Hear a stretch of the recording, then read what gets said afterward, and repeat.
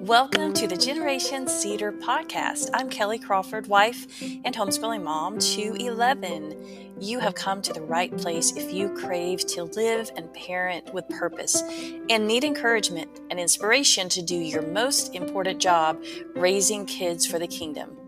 Join me here every other Monday for your short, powerful shot in the arm.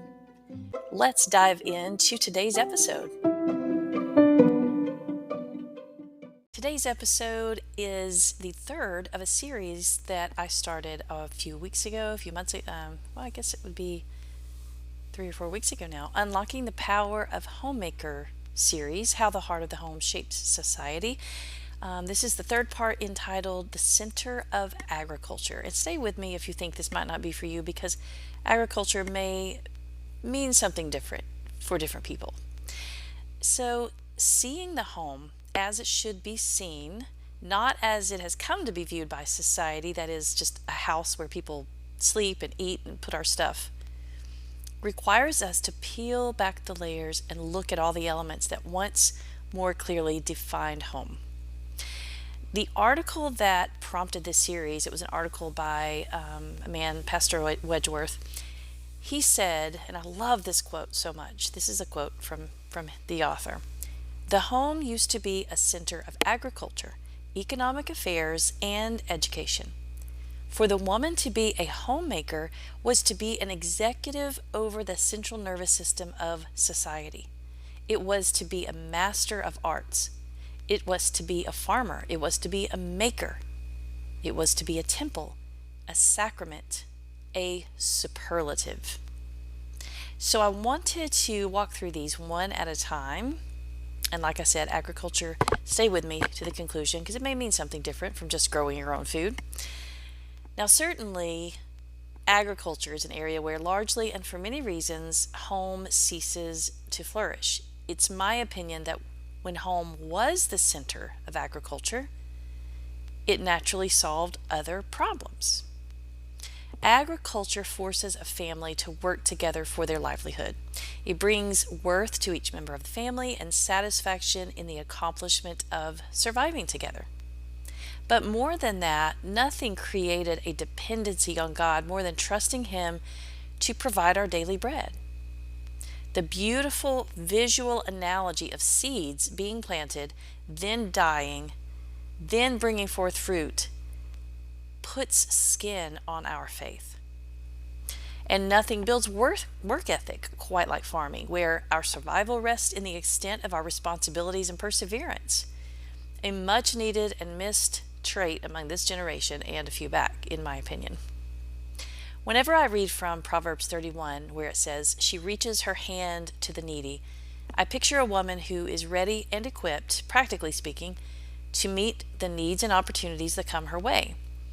Having a storehouse, if you will, of food, which one can do whether they farm or not, is one way our homes become centers of agriculture. Whether we grow it ourselves or bring it from afar, like the proverb says, we are to manage our homes in such a way to prepare us to minister to the needs around us. Books have been written on this subject, but I'm just offering here a brief reminder. Then there's an entire aspect of health and nutrition, which prevents illness and saves a family money on doctors and prescription bills. But for many reasons, agriculture is no longer feasible for families. So what do? Can we capitalize on any of these benefits living in a suburban home? I think we should try. And here are a few suggestions that I have. Maybe you have some you could leave in the comments. First suggestion, buy from a local farmer's market in the summer. It can be cheaper even than planting a garden. And then you can learn to can, freeze, or preserve food in a variety of ways. These skills are extremely wise to learn in the case of an economic crisis. Secondly, use the ground you do have. It's becoming popular to grow a garden, not a lawn, using even half an acre of yard to plant food. So why not?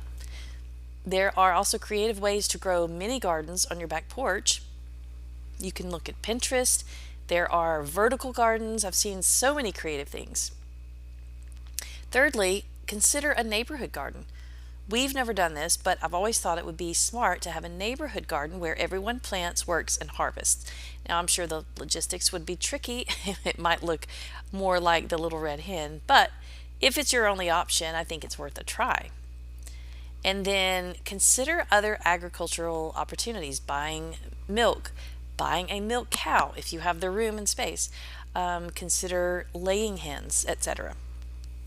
Now, if growing your food is not an option, remember the heart of what we're talking about and just start. Start at the beginning. We have a culture that has gone from growing our own food to not recognizing the harm of prepackaged food or how to circumvent that. Producing your own food may be, for some of you, just learning to make more things from scratch. Recovering some basic healthy habits in the kitchen is a great place to start with agriculture. You can learn to make your own bread, pancake or dessert mixes, salad dressings. There's a lot of junk, that we eat in our dressings and sauces. Make your own pizza sauce, spaghetti sauce, white sauce instead of using creamed soups. So these are just a few examples of small changes that you can make to save both money and that are just healthier. And don't forget the importance of passing these basic skills to your children too. And that's it for the third part. The next and last part of the series will be understanding family economy. So I'm looking forward to that, and I sure hope you will join me for that one in 2 weeks from today.